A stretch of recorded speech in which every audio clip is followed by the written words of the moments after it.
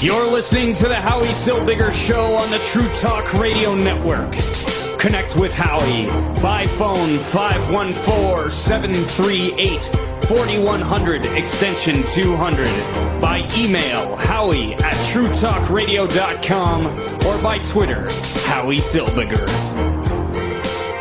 Well, they host a show on the A9 channel in Turkey. It's called Building Bridges. Welcome to the program, Aylin and Essie. Hi, welcome to the show, ladies. Hello, welcome. Thank you so much for joining me today. I appreciate it. I appreciate you taking time out of your busy schedule to come here and be on the show with me. Thank you. We are so delighted to be on your show. Thank you for having us. Now, you're in Turkey, and Turkey, for the longest time, Turkey had good relations with the state of Israel. Not so much anymore. And now we see this problem with Gaza, and the Gaza and Israeli situation come up again. As people living in Turkey who are close to the situation, what are your impressions of the Israeli Gaza, the Israeli Palestinian conflict? We don't believe that there's a problem between the two countries. There are some political issues maybe, but it is on the political basis. We don't believe that the people of Israel and people of Turkey are having problems, because people of Israel and Turkey, they love each other, and they have been living. For example, we have so many Jewish friends here living in Istanbul, and also the countries, and we are all living in a good relations with them. And we don't believe that there is this struggle and this conflict is not what we are wishing for, and nobody wishes for such a conflict, because nothing can come out of this. We should do all our best to make a peace agreement. So we don't believe that there is because so many people think that there is a problem with Mr. Erdogan, our Prime Minister, but it is not true, because he is a very compassionate person, and he feels compassion towards Jewish people, and the problems are very temporary, and they will all come to a good solution. That's what we believe. We don't believe that there is a problem between our countries. This conflict is temporary, and we are trying our best to solve this issue there. But surely you must admit that Mr. Erdogan has made some very, very damaging remarks towards the state of Israel, especially when it comes to the blockade of Gaza. The whole flotilla incident last year, where the relations between Turkey and Israel basically exploded. It was Mr. Erdogan who started the criticism of Israel, which led to the conflict that's currently in existence between Israel and Turkey. But as you know, there are some tensions between governments sometimes. In fact, these are the artificial problems. Of course, Erdogan is acting according to a certain policy. And we truly know that he's defending Israeli people. He's defending the Jewish people all the time. And he has so many declarations about that, especially after the flotilla incident, but they were not on the Israeli or Jewish press. Actually, they were barely on the Turkish press. But in general, he and Turkish people love Israeli and Jewish people. And I would also like to remind an important point. As you know, there is missile shields installed in Malatya, in Turkish territory. The only aim is to protect Israel. This is a sign of great protection. It's a great risk for Turkey, but Turkey took this risk just to protect our Jewish brothers and sisters. So this is a big sign, I guess. We're talking with TV hosts Aylin and Essie from Turkey. They're hosts on Turkish television. Now, when you look at the conflict right now that's happening between Israel and Gaza and the Gaza Strip, what are your impressions of this conflict? Is it a land fight? Is it a religious fight? What are your impressions on this? I think it is. I don't believe they are putting it as in the name of religion, but it is not. For example, many people say that they have a wrong understanding of Islam. Some of the people in the West and some of the people in many other countries do not know Islam in the right way, because there are radicals who are telling who are telling other people that they are Muslims and they are praying what Allah says and what the Quran says, that in fact they are bigots and they are radicals, and we never accept them as Muslims.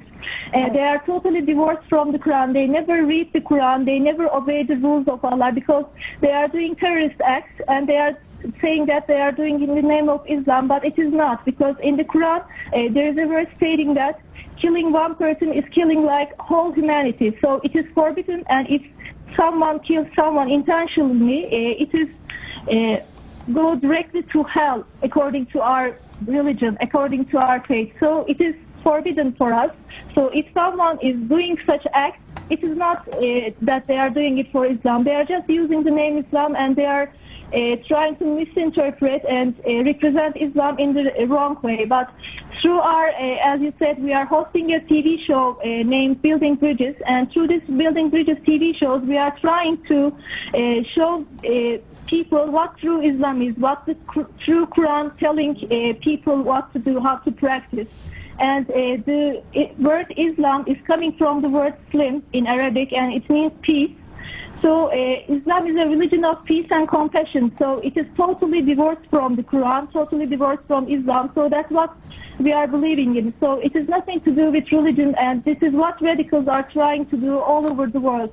It is the system that people are dying and people are suffering. There is no love, there is no peace all around the world, and it is the system of the radicals. And what we are trying to do is to eradicate this wrong mindset that is going on all around the world. But when we show love, peace, compassion, and find common ground with other faiths, with other religions, with other nationalities, then peace will occur in the world. Now, let me ask you this. When we see videos of these imams, these radical imams who get up and they quote the Quran, and they come up with statements like I don't know, Jews are descendants of monkeys, and statements like that they say are in certain surahs in the Quran. How do you respond to that? Does the Quran actually say Jews are descendants of monkeys? Does the Quran actually say that you have to kill the infidel and the Jew is the infidel? These are the things that we hear in the West. Here in the West, we hear this stuff, and we watch these videos, and we watch as they call Jews the evil empire, and we and that Jews bring all the evil to the world. Is this what the Quran preaches? No, there is no such a verse in the Quran. They are always distorted truth. Actually, the radicals always use some of the sayings of our prophet, and they always distort the truth. They always invent new issues, and they always open their traditions, and but they always act according to them. Actually, Quran, there is a people of the book, and these are Christians and Jews, and we need to respect them. We need to protect them if they are in danger. We need to show love and affection with them, and we need to establish a brotherhood with them. As Muslims, we have this obligation, and we need to make a great union with them. That is why we are trying to give peace and love messages. This is not in the Quran what they say. It's not a religion. It's not Islam. They distort the truth. And I would like to add that they have also the wrong understanding of jihad. They thought with the attacks or suicide bombings, they are fulfilling their obligation to make jihad. It's not Islam. In Islam, you cannot attack anyone. You can only defend yourself if your life is in real danger, and you cannot be suicide bomber. Suicide is totally forbidden in Islam. You cannot feel hatred to anyone. You cannot attempt to kill anyone. It is forbidden. Some Muslims do not know this because they are under the effect of radicals, and radicals have misinterpreted Quran. That's why we are trying to teach them. Education is the must. That's why we are always focused on this on our TV shows. Now, how aside from your TV show, how else could Islam, I mean normal Islam, not radical Islam, but normal people who follow the rules of Allah, the religion of Islam, how do normal people go out and teach radicals and try to convince radicals that their version of Islam isn't true Islam, that Islam preaches peace and love, and they preach hate and death? How do you switch somebody from hate and death to peace and love? What could the world do to try to bring people back to true Islam rather than radical Islam? Today we have so many communication systems, because in the past times we only had some newspapers, only one channel that people should watch. But now we have internet, and we can reach all the places we would like, and we can search for everything.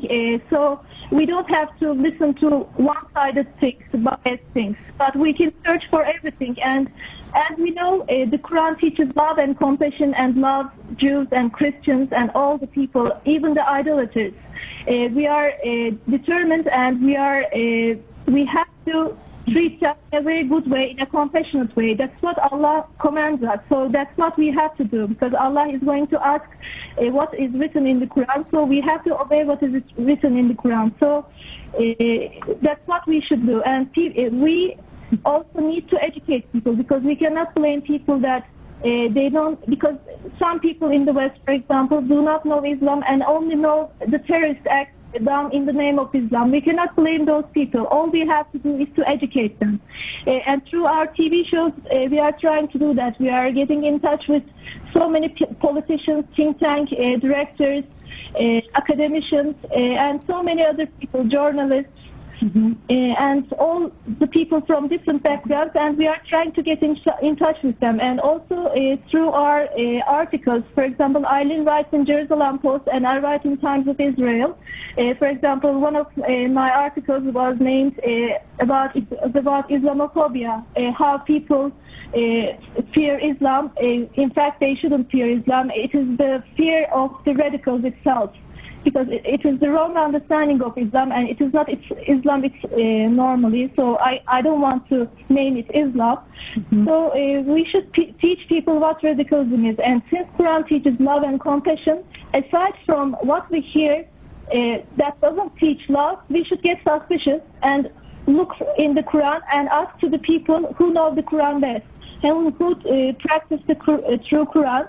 So what we do is follow the Quran, follow the goodness, follow love, and find common grounds with other people and make a union that will protect and that people will live in friendship and harmony and tranquility. That's what we believe in. We can do between the Jews, Muslims and Christians by that way, and the peace lovers also.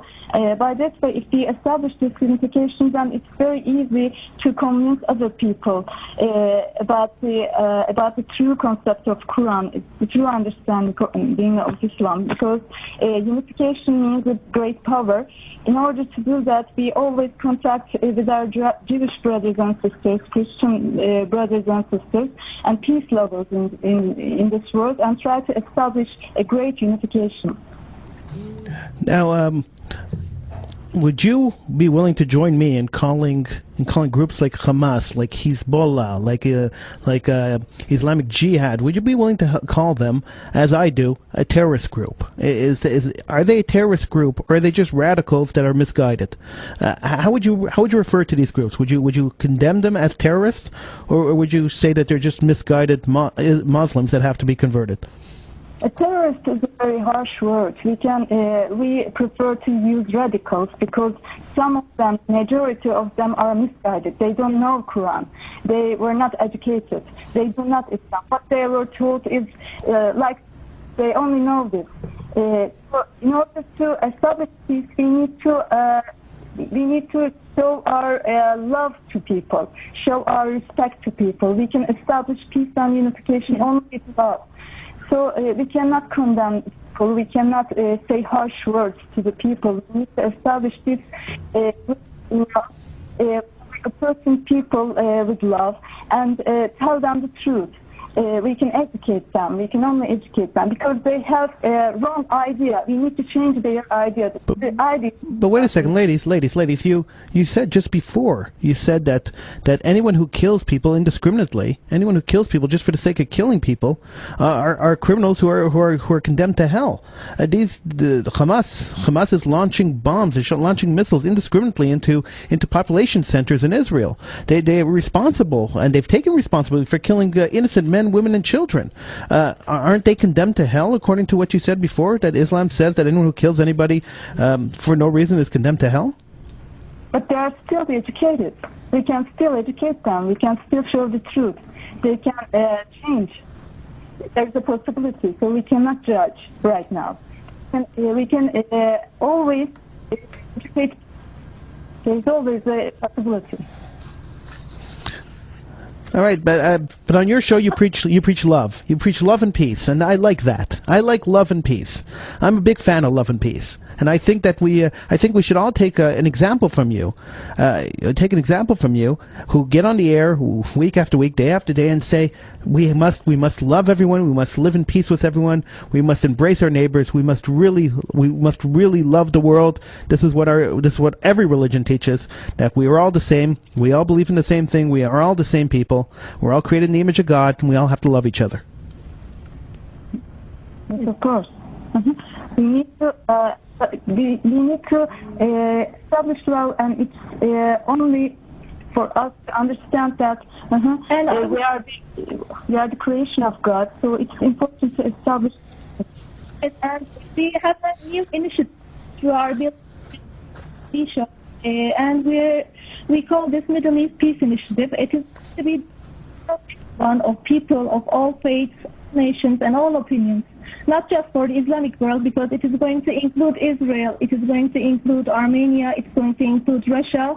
And what we believe that this union will bring love, brotherhood, friendship, plenty, and abundance to the world, because when there is peace, economics will prosper, and people will live in a very good conditions, and this will be instrumental in the world attaining an entirely new beauty in abundance, in major progress in art and science, and in construction of a powerful and deep-rooted civilization.